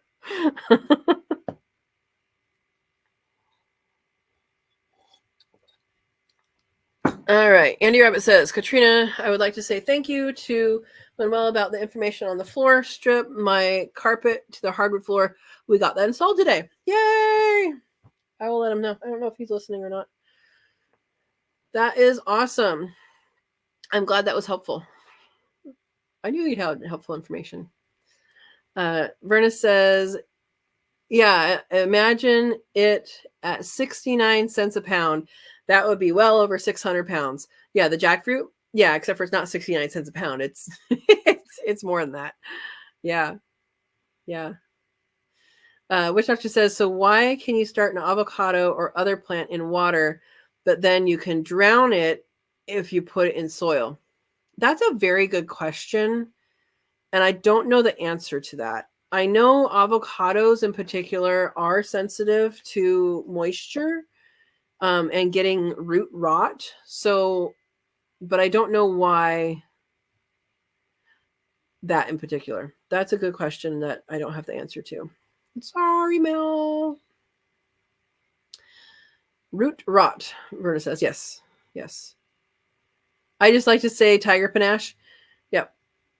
It's a good one too. It's a good one. It's very popular here. Again, I don't know what I would do is I would check your chill hours and make sure it fits there. We have less chill hours than you do, I'm sure, where you are in Tennessee. Yeah. Florida Guard is one of the Florida peaches. Okay. Okay. What's the chill on that? Is it like super, super, super low, John? All right. Steve says, through Tennessee, Celeste fig and brown turkey. I grow brown turkey. Brown turkey's the typical one that you'll find in the grocery store. It's good. It's a good fig. All figs are good, right? I haven't had a bad one yet, although I have heard people say they have had them. But it's not a special fig. So if you want a standard one, brown turkey's good. Texas Everbearing is one I have that's good. I can just name the things I have, but there's other good ones out there. Yeah. Yeah, brown turkey it's a good, decent fig. There are others that are better. Yeah. East Tennessee is colder than what most figs are adapted. That's why I was looking up, like what could be in your area. Yeah. You also need self-pollinating. You don't need self-pollinating if you have other things going on. I don't know that you actually need self-pollinating if you have more than one. Like if you have a bunch, you probably don't need that. Yeah, Chicago Hardy. I think Chicago Hardy works in a lot of areas. A lot of areas, yeah. Witch Doctor says we are in the mountains, but we are lower elevation, so we don't get the extreme weather as long. But we did get snow that stuck around for 3 or 4 days. First snowstorm in 35 years. Wow. I remember you saying that. Awesome. Dinosaur Omelet says, good night, friends. Keep growing. Good night, Dinosaur Omelet. I'm glad you stopped by. Honey Bell Orange is the best. That sounds like the best. I don't know if it is, but it sounds like the best. But you have much warmer area than she does. She's in Tennessee. Jennifer says, Steve, you are correct. I live in East Tennessee, and my fig tree, the figs don't get ripe before it gets cold. So maybe what you need to look for is an early fig. Maybe that's what's important. Because there are different varieties that have fruit at different times. And my figs ripen at the end of summer into the fall and really get into the cold. So that makes sense, Jennifer. That makes sense. We need a commune. All right, Verna. Erica says, I have to get up early tomorrow. It's past my bedtime. Good night, all. Good night, Erica. Thank you so much for stopping by, and I wish you luck on your moving. Steve says, if you do commune with Katrina, she'll be planting in your space. Oh boy, we're not doing that. John says, I'll see if my avocado people can get a hold of Jem. I think it's this was several years ago, so I don't know if that's still, like, I don't know what trials they've had on the big scale of things, but that was for growing in my area because it gets hotter and it gets colder. It doesn't get cold, but it can get hot. But yeah, hey, go for it. That's how you spell it. Yeah, California and Florida are different. Absolutely. Yeah, in Florida, jackfruit is $3 a pound and more expensive elsewhere. All right, good night, Verna. I almost called you Lucy because I was reading Lucy's name. And Lucy, she's taking Lucy out. Good night, Verna. Thank you. John says, my friend gives me a fruit when he has lots of jackfruit. That's awesome. Awesome. Chill hours free area is 100, 200. Okay. So you still have chill hours. Yeah. Okay. Andy has an answer for the rotting. Wet dirt, water. Will maybe smother the air pockets within the dirt, taking out the oxygen from the dirt. Oh, from within the dirt. Okay. Yeah, I don't know how it happens and all that. I just know that it's true. Steve says fig tree flowers require a unique pollinator. It's more of a wasp-like creature not known to live in Tennessee. Okay. Or you can spray them with hormones. All right. Oh, John says I ordered a gummy worm tree. It's supposed to be like be fig-like. Figs don't like my area of Florida. I've heard of this. Let me know how. And he probably is not going to fruit right away, right? But let me know how that goes because I've heard of those. Yeah.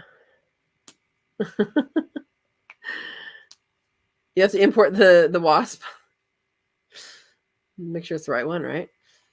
Oh, you guys are neighbors. Go see each other. Yeah. Well, our topic of the topic of the day today was the things from the Scion Exchange. And I wanted to show you guys this fruit. Oh, I understood it, Andy. It's okay. I wanted to show you guys this fruit. This is the chayote squash, and it has both the roots and the leaves growing out of it. And I'm going to set this in a container, probably put the dirt soil level up to there and let the roots grow down and the roots grow up and see how that happens, see how it goes. There are a lot of things you can root from the grocery store, and that's just one of them. You can root lemongrass. Of course, right now you're going to want to put that on a heating mat or something. Make sure you get ones that have the little root buds. You can root a lot of things, especially if you root things inside right now. You can do that right now, which is very cool. But anyway, that was the topic. So, all right. Does anybody else have any questions or topics of discussion they want to talk about?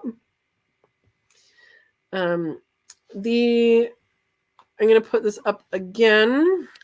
We are making creamy Colorado potato fudge on Sunday. If you're a Katrina's Kit, if you're not, you want to do that, click that link and join us. It is a members only event, and it's a whole lot of fun.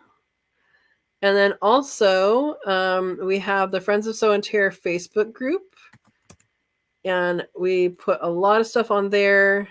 I put my videos on there and also things of this topic. If you guys want to talk more about the topic, go ahead and put your conversation down, put your experiences. You can put photos of, things that are growing in your yard, all of that stuff. Put that on the group. If you are new to the group, make sure you answer all the questions and accept the rules, because otherwise we don't know you're a person. We won't let you in. All right. So Steve says, it's funny. You need a wasp who lays her eggs in the fig itself. So that means you can't eat those figs. Nature's interesting, Steve. It's just interesting. Okay. Andy Rabbit says, also wet dirt and the pH gets out of whack and locks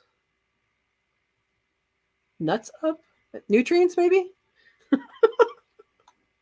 You are tired. Locks nutrients up is what I'm going to interpret that to be. That makes sense. That makes sense. I know I lost a flannel bush, which is a native. It was here when I moved here. It was a native one that has a really big yellow flower and actually can cause dermatitis. It has like little tiny hairs on it. That's really annoying. But I lost that to moisture. I think it was 2017. I think it was that really wet year, or maybe it was the year after, but it had root rot. It fell over and it was very obviously that it had root rot from that. So, yeah. I did also post on the Friends of Sow and Tare Facebook group. I posted a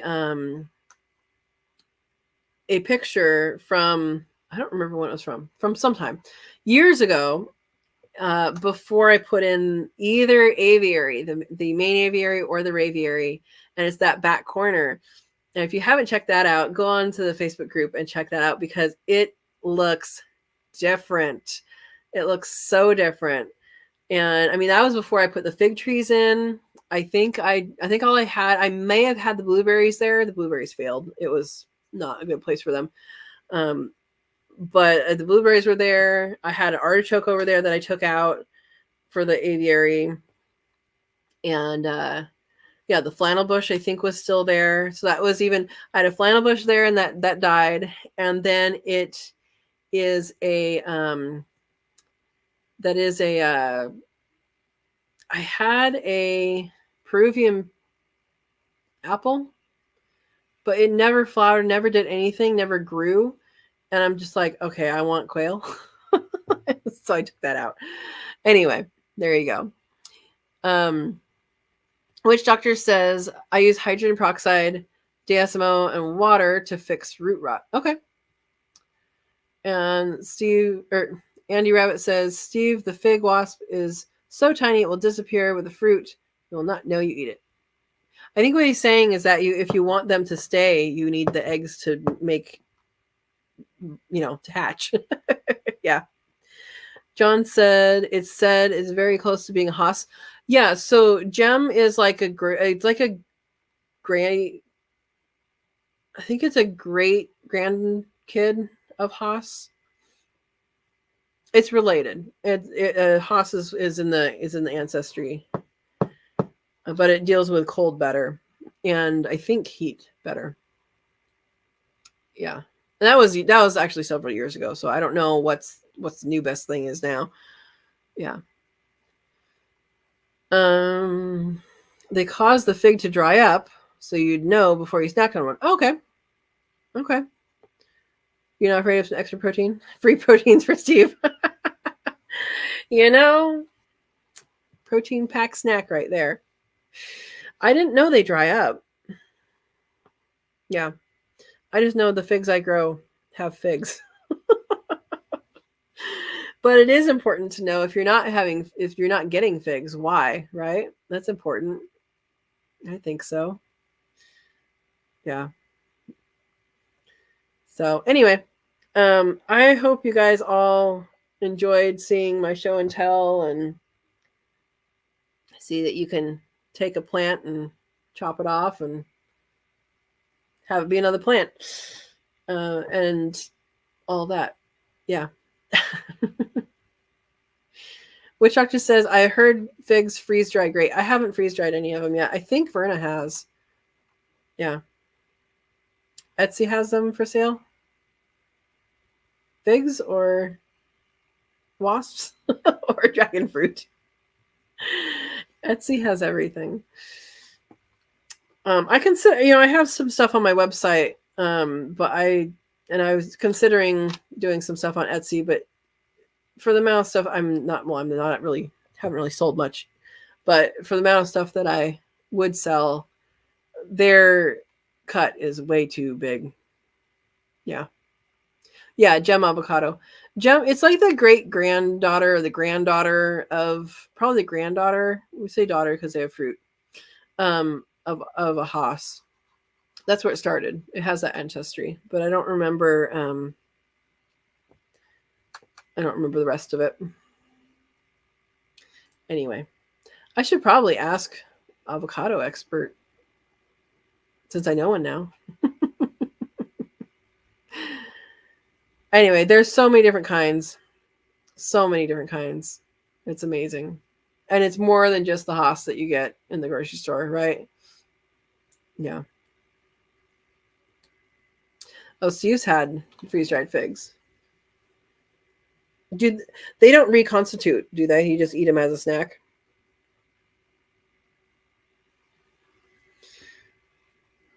That's my question.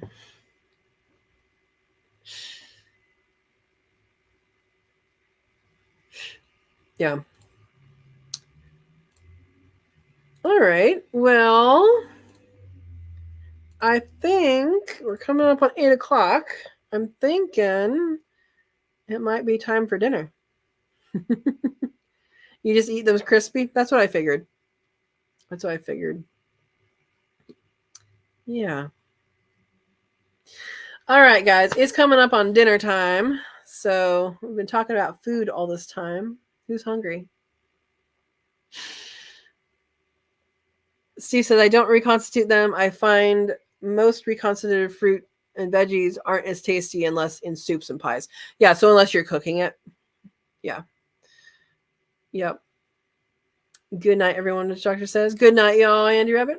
All right, good night, guys. I will see you guys Sunday if you are going to cook with us on Sunday.